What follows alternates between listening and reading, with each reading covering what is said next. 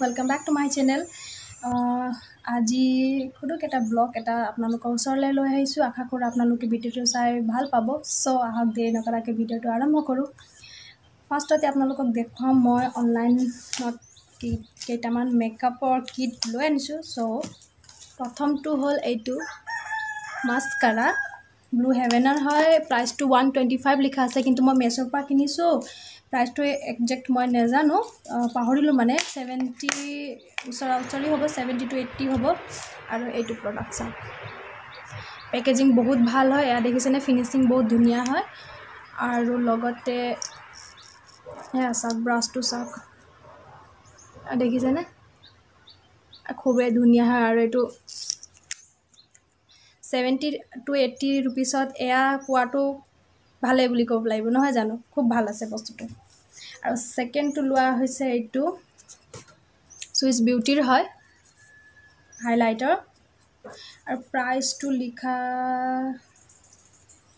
Actually মই price পাহৰি গ'লোঁ। 300ৰ ওচৰা-ওচৰি আছিলে, 349 লিখা আছে। কিন্তু মেছ'ৰ পৰা আপুনি যিকোনো প্ৰডাক্ট ল'লে তাত মাৰ্জিন পোৱাই যায়, বিকজ মেছ'টো ৰিচেলাৰ প্ৰডাক্ট হয় নহয়, এপছ হয় যেতিয়া। আৰু এয়া চাওক, ৰ'ব খুলি দেখুৱাই আছোঁ, ধৰিব পাৰিছেনে? ইয়াৰো ফিনিচিং বহুত ধুনীয়া আহে হাইলাইটাৰটো। এণ্ড আৰু এটা লাষ্ট প্ৰডাক্ট যিটো কিনিছোঁ, সেইটো এমাজনৰ পৰা লৈছোঁ, মেছ'ৰ পৰা নহয়। সেইটো হ'ল এয়া মেকআপ কিট। এইটো মই ভণ্টিৰ কাৰণে লৈছোঁ, মোৰ কাৰণে নহয়, কাৰণ মই মেকআপৰ ইমান ভালকৈ নাজানো তাইৰ সমান। সেইকাৰণে তাইৰ কাৰণে লৈ দিছোঁ। এক মিনিট দেখুৱাই আছোঁ। 24টা আছে, কমপ্লিট মেকআপ কিট হয়, মেকআপ ব্ৰাছৰ। আৰু ৰ'ব বেক কেমেৰা কৰি দেখুৱাই আছোঁ, দেখিছেনে? আই মেকআপৰ পৰা একদম মুখৰ গোটেই মেকআপৰ কাৰণে এয়া। আৰু ইয়াত চবতকৈ এটা বস্তু ভাল লাগিছে, গোটেই ব্ৰাছত লিখা আছে কোনটো ব্ৰাছটো কি কৰিবলৈ। এয়া লিখা আছে বিগ ফেন ব্ৰাছ। এয়া দেখিছেনে, অলপ চাইনিং কৰিছে, জিলিকিছেনে নাজানো। চব ব্ৰাছটো তেনেকৈ দেখুওৱা হৈছে। আৰু কভাৰটো বৰ ভাল, এয়া চাওক, এয়া কভাৰটো ইয়াতো দিয়া আছে। আৰু এইটো হ'ল পাউডাৰ ব্ৰাছ। এক মিনিট, তেনেকৈ সেয়া গোটেই ব্ৰাছত মানে কৈ দিয়া হৈছে এইটো ব্লাছ ব্ৰাছ বুলি কিনে। এয়া দেখিছেনে, এনেকৈ তেনেকৈ। এয়া আই ব্ৰাছো আছে, আইব্ৰ' পেঞ্চিল, আৰু এইটো নাম আছে আইব্ৰ' কম। ব্ৰাছখিনি দেখাইছোঁ, এয়া দেখিছেনে?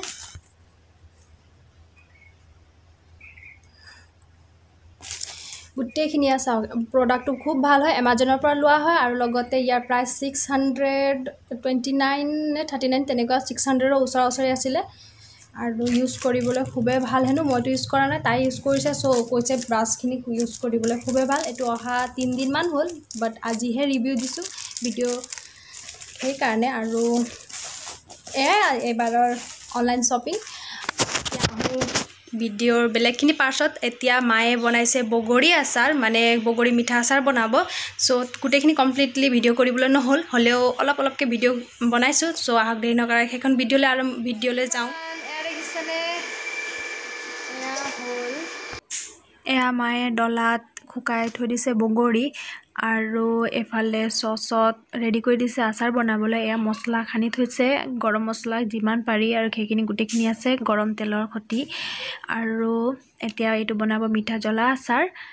তাৰ কাৰণে ফাৰ্ষ্টতে পেন এটা লৈ লৈছোঁ, আৰু পানী দি পেলাই এয়া গুড় কাটি পেলাই দি দিয়া আছে। এইখিনি পকাই ল'ম।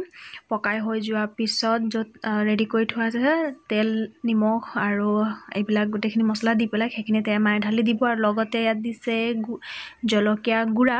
আৰু এইখিনি ধুনীয়াকৈ মিক্স কৰি লৈ পেলাই ঠাণ্ডা হোৱালৈকে অকণমান থৈ দিব, 1 ঘণ্টামান ঠাণ্ডা হোৱালৈকে, যেতিয়ালৈকে নহয়। তাৰপিছত বটল এটাত ভৰাই পেলাই 2 দিনমান ৰ'দত শুকোৱাৰ পিছত খাব পাৰিব। এতিয়া ৰাতিপুৱা 10টামান বাজিল। চ' এতিয়া ব'লক ব্ৰেকফাষ্ট কৰোঁগৈ। গৰম গৰম চাহ ৰেডি কৰি আছোঁ ঘৰৰ গাখীৰৰ চাহটো খাবলৈ খুবেই ভাল আৰু এনেকৈ উতলা উতলা খালে বেছি খাবলৈ টেষ্টি হয় আৰু আজিৰ ব্ৰেকফাষ্টটো হ'ল এয়া পুৰি ঘুগুনি আৰু লোকেল মুৰ্গী সতি চাহ কোনে কোনে খাই ভাল পায় ক'ব কৰি লওঁ তাৰপিছত আকৌ লগ পাই আছোঁ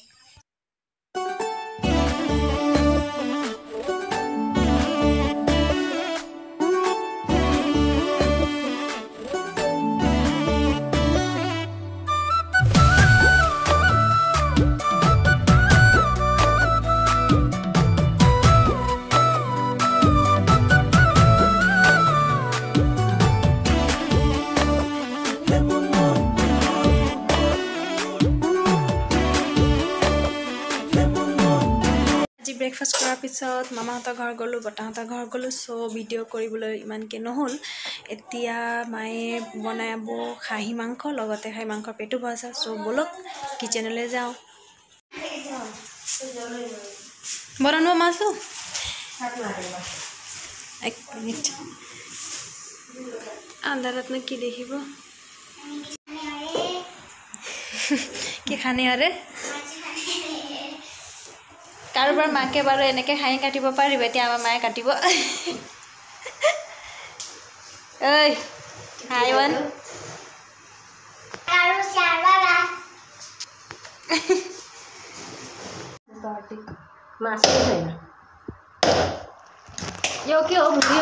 চৌকাত মায়ে পেটু ভজা বনাই আছে মই সেয়া দেখাবলৈ নহ'ল সেয়া ৰেচিপি নিদিওঁ এতিয়া খাহী মাংসৰ ৰেচিপিটো আগবঢ়াইছোঁ তেনেহ'লে সেইখিনি চাওঁ আহক এয়া তেল গৰম কেৰাহীত তেল দি দিছে আৰু গৰম হোৱালৈকে ৰখিম তাৰপিছত মায়ে দিব পাঁচফোৰণ আমাৰ পাঁচফোৰণ দিয়ে খাই ভাল পায় হেনো তাৰপিছত দিব পিঁয়াজ আৰু এইটো অকণমান ব্ৰাউন হোৱালৈকে ভাজিব এনেকৈ পিঁয়াজত মানে মাংস তৰকাৰী বনালে পিঁয়াজটো যেতিয়া ব্ৰাউন হ'ব তাৰ কাৰণে অকণমান চেনি দি দিব লাগে ভাল লাগে আৰু ইয়াত দিলে শুকান জলকীয়া আৰু তেজপাত এতিয়া ধুনীয়াকৈ ব্ৰাউন হোৱালৈকে ভাজি থাকিম তাৰপিছত বাকীখিনি ইনগ্ৰিডিয়েণ্টছখিনি দি দিম এতিয়া দিছে এয়া মাংস মই ভিডিঅ'হে কৰিছোঁ আৰু লৰাই দিছোঁ বাকীখিনি মায়ে কৰি আছে এয়া এতিয়া গোটেইখিনি ধুনীয়াকৈ লৰাই ল'ম তেল নোহোৱালৈকে আৰু এতিয়াই মছলা চছলা নিদিয়ে মছলা অলপ দেৰিকৈ দিব কেতিয়া দিব দেখুৱাই আছোঁ আৰু এতিয়া ধুনীয়াকৈ লৰাই পেলাই অকণমান ৰখিব লাগিব সম্পূৰ্ণ যেতিয়া অকণমান ভাজা হৈ যাব তাৰপিছতে হালধি নিমখ দিব লাগিব ইয়াত খাহী মাংসটো কাৰ কাৰ প্ৰিয় বাৰু কমেণ্ট কৰি জনাব আৰু এতিয়া অকণমান ভাজা হৈ গ'ল যে সেইকাৰণে অকণমান হালধি দি পেলাই ভাজিম আৰু এতিয়া নিমখ নিদিওঁ হালধি ৰংটো উঠিলেহে দিব লাগিব এতিয়া এয়া দেখিছে অকণমান কালাৰিং হোৱাৰ পিছতে নিমখ দিয়া হৈছে তাৰপিছত এয়া দিয়া হৈছে ৰঙা পাউডাৰ লাল গুড়া পাউডাৰ দিয়া হৈছে তাৰপিছত এতিয়া ভাজি ল'ম তাৰপিছত চাব কালাৰটো কিমান ধুনীয়া হয় এয়া দেখিছে অকণ ভাজাৰ পিছত দেখুৱাইছোঁ এয়া দেখিছেনে ৰঙা ৰঙা হৈ গৈছে আৰু খাহী মাংসত ৰঙা কালাৰ নহ'লে ভাল নালাগে নহয় জানো এতিয়া দিলোঁ আলু তাৰপিছত এয়া কেপচিকাম কাটি থোৱা আছে আৰু এয়া হ'ল এইটো আদা নহৰু পেষ্ট আপুনি দেখিছে গ্ৰীণ কেনেকৈ হ'ল ন নহৰুটো দিয়া নাই নহৰুৰ পাত দিয়া হৈছে সেইকাৰণে গ্ৰীণ হৈ গ'ল নহৰুৰ পাত আৰু আদা আৰু এইটো হ'ল মছলা তিয়াই থোৱা আছিলে গৰম মছলা আৰু জিৰা গুড়া সেই গোটেইখিনি ধনিয়া গুড়া মিক্স কৰি তাত দি দিছোঁ আৰু এতিয়া ধুনীয়াকৈ লৰাই ল'ম তাৰপিছতহে বাকীখিনি দিম মানে পেষ্টখিনি দিম এতিয়া এয়া নহৰু পেষ্টটো দি দিছোঁ আদা নহৰু পেষ্টটো আৰু ধুনীয়াকৈ লৰাই ল'ম এয়া তাৰপিছত এয়া দিব লাগিব এতিয়া এয়া কেপচিকামখিনি এনেকৈ দি খাই চাবচোন খাই খুবেই ভাল লাগে এতিয়া ধুনীয়াকৈ গোটেইখিনি লৰাম আৰু এতিয়া ঢাকি পেলাই থৈ দিম অলপ টাইমৰ কাৰণে এয়া মাংস চাওক কি ধুনীয়া হৈছে দেখিছেনে নাই কালাৰ চাওক আৰু ইয়াত অকণমান পানী দি দিছে মায়ে একাপমান সেইটো দেখুৱাবলৈ নহ'ল এয়া চাওক এতিয়া আৰু অকণমান পানীটো ৰস শুহিলে তেতিয়া আমাৰ মাংসটো খাবলৈ ৰেডি হৈ যাব আৰু এয়া আমাৰ পেটু ভজা এয়া খাবলৈ ৰেডি হৈ গৈছে এতিয়া মই খাওঁ আৰু আমাৰ আজিৰ ভিডিঅ'টো ইয়াতে সামৰণি মাৰিছোঁ আশা কৰোঁ আপোনালোকে ভিডিঅ'টো চাই ভাল পাব আৰু কমেণ্ট কৰিও জনাব লগতে লাইক শ্বেয়াৰ আৰু ছাবস্ক্ৰাইবো কৰি থৈ যাব টিল দেন বাই বাই